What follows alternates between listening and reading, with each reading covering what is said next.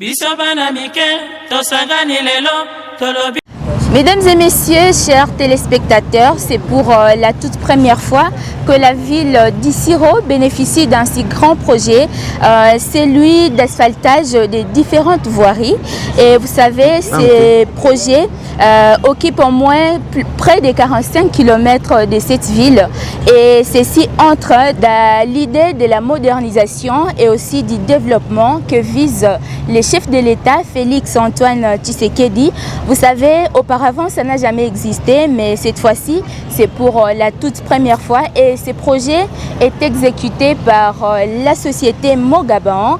Et aujourd'hui, nous allons recevoir avec vous les différentes couches qui vont nous parler de leur impression quant à l'évolution de ces différents travaux. Alors, sans plus tarder, nous allons recevoir le chef de la société civile avec moi. Il va venir et il va nous parler un peu de l'évolution de ces travaux. Bonjour monsieur. Bonjour madame. Voilà, alors ce qu'on s'est présenté pour la population et puis merci mingi na kopesanga maloba na biangami na kombo ya Tony Jean-Pierre naza coordonnateur provincial ya nouvelle société civile congolaise na niveau provincial Outouile. Alors messieurs, lelo oza deva population et aussi deva cellule ya communication ya Mogaba et aussi deva ba journaliste tolingi toyeba musala ezo salema ya asphaltage ya banzela ya ville ya Isiro. Impression na yo point de vue na yo eza nini kokoloba musala oyo ndenge ezo évoluer c'est pélicio to ndenge nini yebisa biso quelques mots. Merci mingi madame na kopesanga maloba. Par rapport à Moussala, pour le Belango, il y a le Bosso, nous allons remercier le chef de l'État pour être dans le commandant suprême pour la confiance et pour la perception de la province en tous les vraiment la population a reconnaissant. Et là, si même ma promesse à Pesaki, à Kosakite, ma promesse à Pesaki biso vraiment les alliés comme on en a. Yango biso tolobi merci na chef de l'État. Aba Moussala nyo sozo ko so akati na mboka présence les alliés comme on en a. Vraiment biso tozali ko apprécier Moussala les alliés ko salema. Félicitations à la société Mogabao, on a dit que ça Moussala bango. Population azilango moulaï, mais tout le monde quand même évolution azali ko keneza moi bien. Alors ndenge toyebi Moussala oyo eza financé na grande partie na gouvernement central mais aussi na partie monsieur sur na gouvernement provincial. Moni no koko replacer pour na volonté oyo ya gouverneur na biso Jaba Komito pour na ko soutenir pe projet. Tolobi merci na gouverneur Jaba Komito Gambu au mingi population na e babenga ke mwana na Nzambe. Et là sika zali mwana na Nzambe solo pe biso tozali derere. Au moni structure ngana zali ko kambango e benga na kombo ya nouvelle société civile congolaise. Les alliés structurés dès le début, nous avons toujours pour accompagner le gouverneur de la province. Peut-être Bilembo, Missa les alliés comme on a dans la mission, eux nous avons tchango tembete. Vraiment, les alliés déterminés, les alliés qu'on peut s'accorder et armer. Dès qu'on pense sango, mingi na batumé bazali ko tuna bien ce que le gouverneur azali na posa mbongo te poso totali baninga na misusu balikaki volonté gouverneur azali na ngo batosu azali na ngote. Mais azali na volonté wana donc azali ko lakisa. Vision à chef de l'État na kati ya province ya Outouile.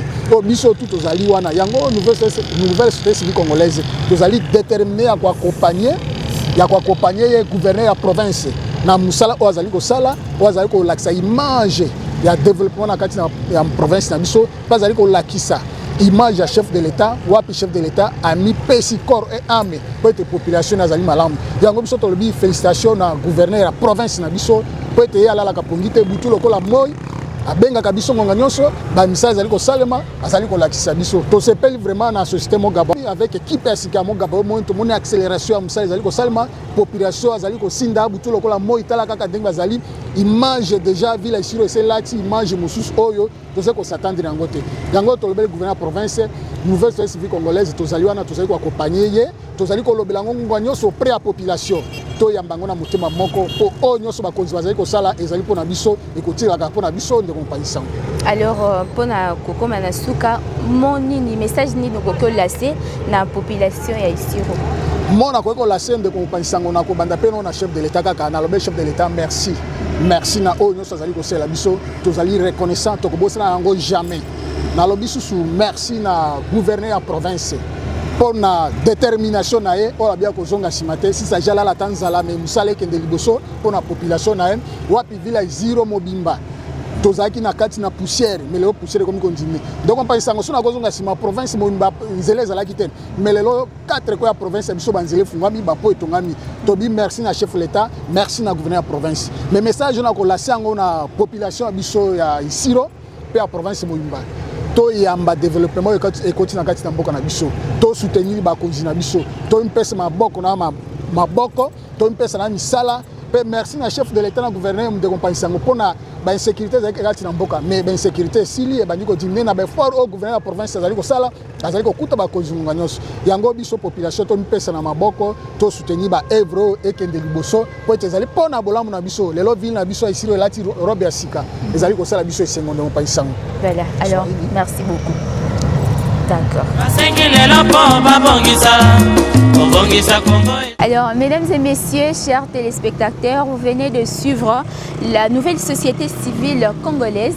Il nous a parlé de l'évolution de ses travaux. Il a aussi donné ses impressions quant à l'évolution du boulot.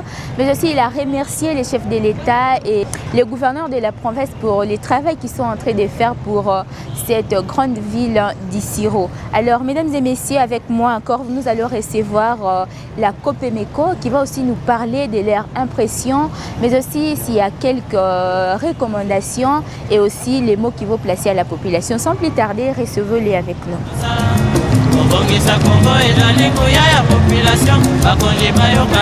Bonjour monsieur. Papa, comment on a une population comment on a au salaire comme ça la nuit? Bon, merci de vos journalistes. Nazali Jean-Pierre Sesenge. Nazali Kokamba, Chambre de commerce et Obabengi Copemeco, Fédération des petites et moyennes entreprises congolaises. Voilà. Alors, lelo tozana ville ya Isiro ngana yo tomoni évolution ya musala oyo ezosalema na Mogabaon. Musala oyo consisté na ko asphalter différentes voiries ya ville ya Isiro. C'est là yo impression na yo eza nini na point de vue na yo ndenge ozomona musala ezo évoluer. Vraiment des journalistes ça te flatté. L'évolution ya musala tomoni yango kitoko makasi. Pito sepeli. Puis tout aussi nous merci na chef de l'État pour appeler ça promesse wana tango yaka et puis tout monde réalisation yango ndenge ibandaki et tout monde siko ndenge pe activer yango susu ande moko ndenge banda ozelango sans oublier puis tout aussi na gouverneur merci pona motema malamu wazana ngo pona province na ye donc kakotika elembo oyo depuis indépendance donc premier gouverneur o atieli biso goudron na époque na donc on eza moto na eza chasse na puis initiative na puis na détermination na alors to ndenge toyebi évolution msala ce que ezokende boye eza pona une grande partie eza financée na gouvernement central la partie mosusu eza financée na gouvernement provincial alors moni nokokoloba pona msala oyo gouverneur azosala est-ce que population ba sepeli nango est-ce que bino pe bo sepeli nango benenge?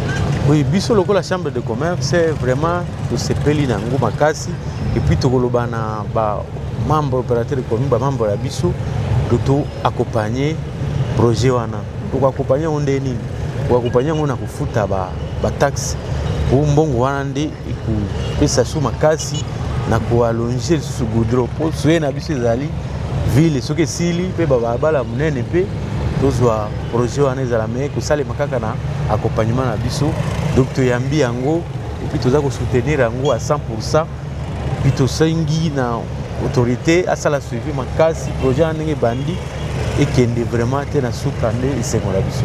Alors tomoni Mogabao ezo sala musala eza pour la toute première fois que ville ya Isiro bénéficier d'un projet oyo. Alors bomoni ndenge nini qualité ya travail oyo Mogabao ezo sala na est-ce que vous avez une recommandation mususu que vous pouvez placer pour na évolution pour musala on est kende biso pour rapide. Oui Mogabao vraiment to féliciter na noye pour tout monde qui est na musika. Moni bongisi bunya bongisi ba aéroport yaki vraiment to pesi confiance tozana kondimaki akokomi c'est la biso zéro lokola akomi si ituri na bisika msala musala do biso to féliciter pour Gabao to binika asala biso musala ya kitoko bo batu babeta pesa ngona zéro ke mo Gabao pe sala ki awa ninga sala ki de to beta musoli na bunya pour marché place ba marché bisika msala. Alors, pendant aussi ça, est-ce que vous avez un message au couple laisser la population? Bon, mais ça, tu repères la population, on a un opérateur économique, ils ont tout un projet, et puis to capitaliser en gros, to protéger pe ouvrage wana. Et puis société wana to tchaye na boko na nzambe, na ba gouverneur, na président de la République, na ndeki bien que ba bitumba ezali, bien que ba makambo ezali, mais président de la République a zui volonté wana ya ku bongisa biso ville ya zéro, et puis président gouverneur na biso pe bien que ba makambo ezali ebele mais a zui dans nos priorités ya ku bongisa biso ville ezwa pe forme na ba ville msusu ezali nango.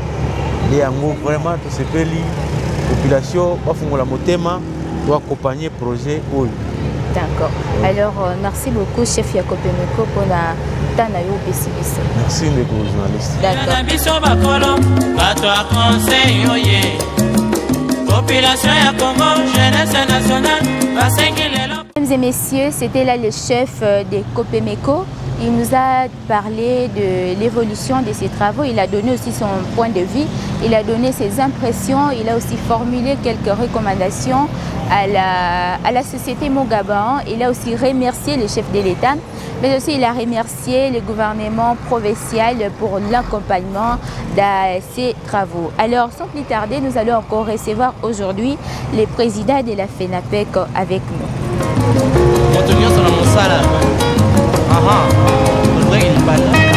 Bonjour monsieur. Bonjour madame. Papa, pouvez-vous présenter votre boulot? Oui, moi je m'appelle Jean-Pierre Tchongo. Je suis le président provincial de la FENAPEC. D'accord. Alors, monsieur le président, aujourd'hui nous voyons avec vous, c'est pour la toute première fois que cette grande ville d'Issiro bénéficie de ces grands projets qui est l'asphaltage des différentes voiries de près de 45 km des différentes voiries de cette ville. Alors, quels sont vos points de vue et quelles sont vos impressions quant à l'évolution de ces travaux? L'évolution de ces travaux, je vais commencer d'abord à féliciter le président de la République qui nous a promis d'asphalter la ville d'Issiro et il a concrétisé ces mots. Et je félicite aussi le gouverneur de la province qui a fait l'exécution de ces travaux. Aussi, je le félicite. On est en train de voir maintenant la modernité. On est en train de voir comment la ville est en train de s'épanouir. Vraiment, c'est à féliciter. Nous donnons bravo au chef de l'État et bravo aussi à notre gouverneur de la province puisqu'il a concrétisé les besoins de la population qui est tuée. Voilà. Mais pour le moment, les travaux avancent un peu trop vite. Vraiment, nous félicitons aussi l'équipe de Mongabao qui est en train vraiment de mettre les travaux en vitesse. Et puis, je voudrais à ce que cette vitesse ne s'arrête pas, qu'il continue de cette manière à ce que la population puisse être vraiment dans ces images-là de lanternes puissent être effacées dans ces visions. D'accord. Alors, nous et vous, nous savons que ces travaux sont devenus praticables grâce à les financements du gouvernement national et du gouvernement provincial, une partie. Alors, est-ce que vous avez quelques mots à lancer à l'endroit du gouverneur de la province? À l'endroit du gouvernement de la province, j'ai dit ceci, qu'il ne cesse pas d'accélérer la poche pour donner l'argent à Mongabao pour continuer les travaux qu'il est en train d'exercer. Alors, est-ce que vous avez un message à lancer à l'endroit de la population, mais aussi à l'endroit de ces commerçants que vous êtes à la tête? Je disais ceci pour les derniers mots pour les commerçants qu'il reste calme, que nous payons régulièrement nos taxes puisque nous sommes en train de voir maintenant les taxes que nous payons. Ça contribue maintenant pour la ville d'Issiro et ça modernise aussi l'entièreté de la province du Haut-Touélé.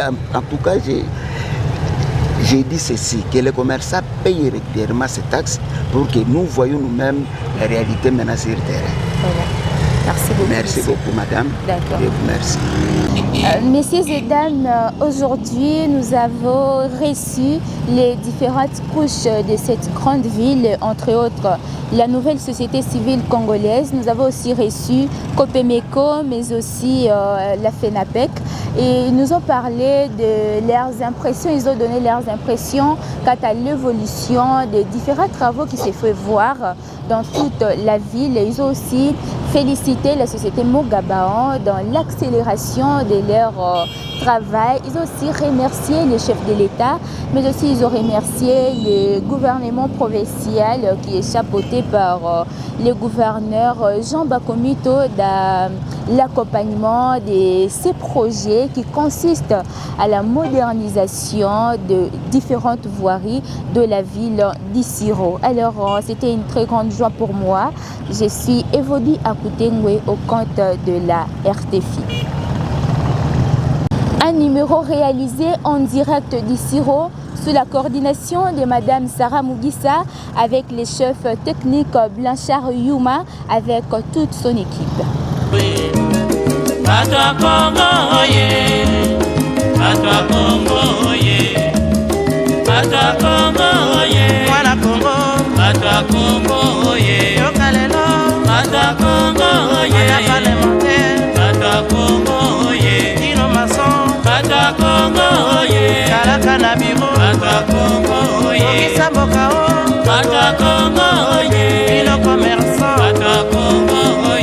Musicien,